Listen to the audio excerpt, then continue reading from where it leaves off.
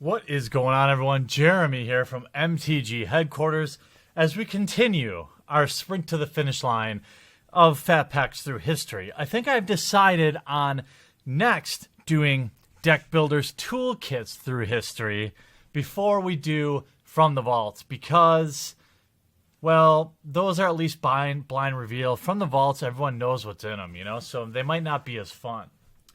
But here we have...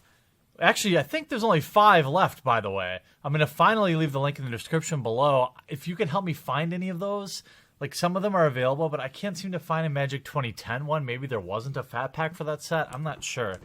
But here is Journey into Nyx. It came out May of 2014.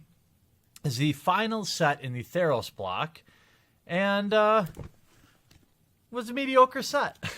I mean, it had pretty cool cards like a Johnny Mentor of Heroes, Athreos, which is an awesome commander and still maintains like a $10 price tag. Iros got a victory. Kiranos, so all the gods actually maintain a little bit of value because of EDH. Thank you, EDH players. But not too much different inside of here. Let's get right to the... Actually, no, what do? We start with the poster, usually. We've got a nice shot here of Elspeth and a Johnny. Little perspective to the size of the gods. Very cool. Let's see what they said the top 10 coolest cards are. The coolest cards in school. Hey, by the way, I'm starting the same journey over on Pokemon Headquarters, which I'm going to leave a link in the description. They have Elite Trainer boxes, which are very similar to MTG Fat Packs. And I'm going through history there, too. So if you like openings in general, or you like Pokemon, come on over there. So the number 1 coolest card also happens to be the currently most expensive card in the set, followed by Kiranos, which I really wished would have seen a strong spot in Standard. Prophetic Flame Speaker, very interesting card. Godsend, flavorful. Elspeth's Sword. Eidolon of Blossoms, Mana Confluence, great card. That could probably use a reprint soon, huh? Underworld Coinsmith, I loved playing Orzhov Extort in this set. Sage of Hours, Silence the Believers, that saw some standard play, and Nessian Game Warden. Nessian, sorry. Inside the box, we of course have our basic land set, the die, which I have a video coming up organizing my entire die set because there's only 5 left, so I figured I can get through. I can start cleaning organizing my entire die collection. We have our 2 deck boxes there. There's our how to play guide. Here's our booster packs. Well, this feels like 6, 7, 8, 9. Okay, felt like more than 9 for some reason.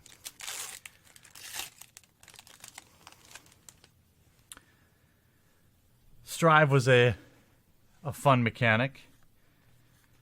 Grim Guardian, I like that card. This saw some standard play. It's a nice, Nessian Game Warden. That made the list, and there we go. Banishing Light, that saw a lot of play.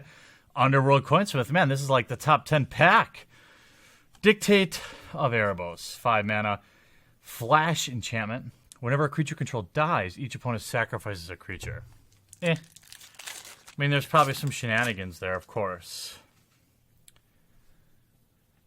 Everyone loves their Rotted Hulks. Supply Line Cranes, OP card. I thought one of the best commons in the set. In my opinion, Rise of the Eagles was also very good. Colossal Heroics. Spiteful Blow, very solid. I always thought that looked like a chick's butt in a thong. Or a guy's butt, I guess.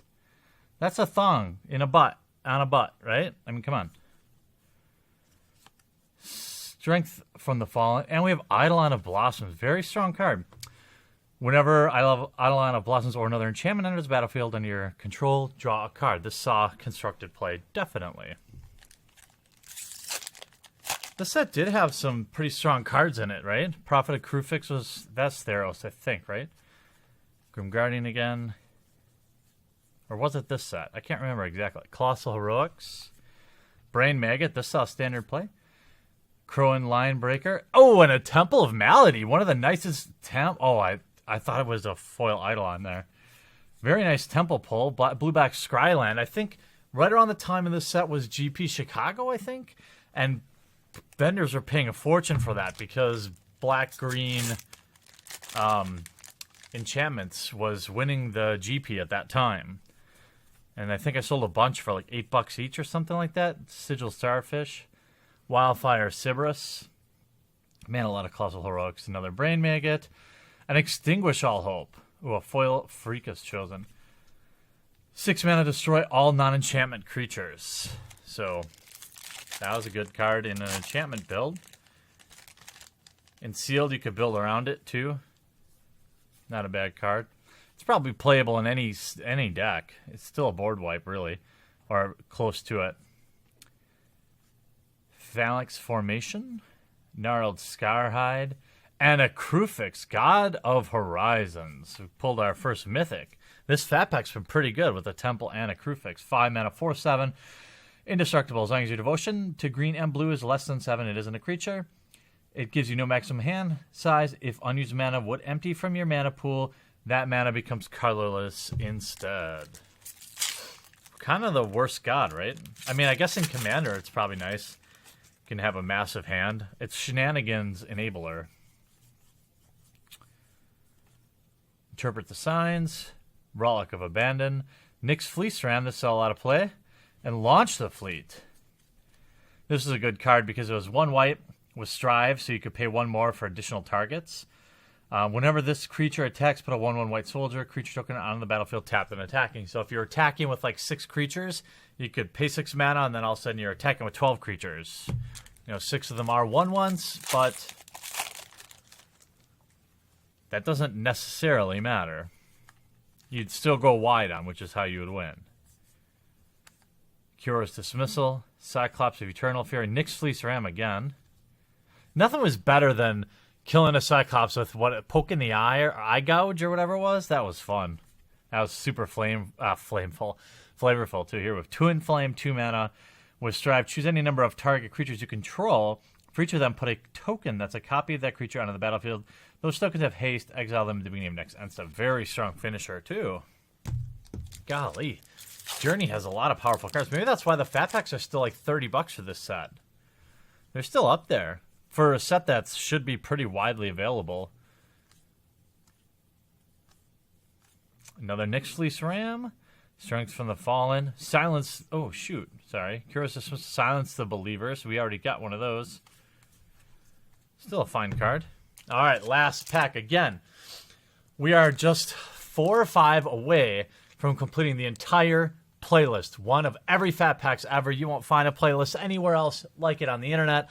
So if you enjoy this and you missed any of them, make sure you check out the rest of this playlist. And you'll get all caught up. It's great for a rainy day, a snowy day. Maybe your school got canceled. Maybe your husband is out hunting and you're like, I'm going to sit back and listen to the Beard's beautiful, sultry voice. And I would appreciate that. And so would Big Dob's Beard Balm. Make sure you check them out. Channel sponsor. Sightless Brawler. Ritual of the Returned. Nyx Weaver, very strong card. And another Eidolon of Blossoms. Wow, this Fat Pack at one time would have been bananas. Not that it's not great, but it would have been really, really nuts. Because there was a time, even though the Eidolon was a buy box, I feel like there was a time where that card was worth a few bucks. It might still be, too. But regardless of that fact, it was a fun journey through history. I hope you enjoyed this video. We'll talk to you again real soon.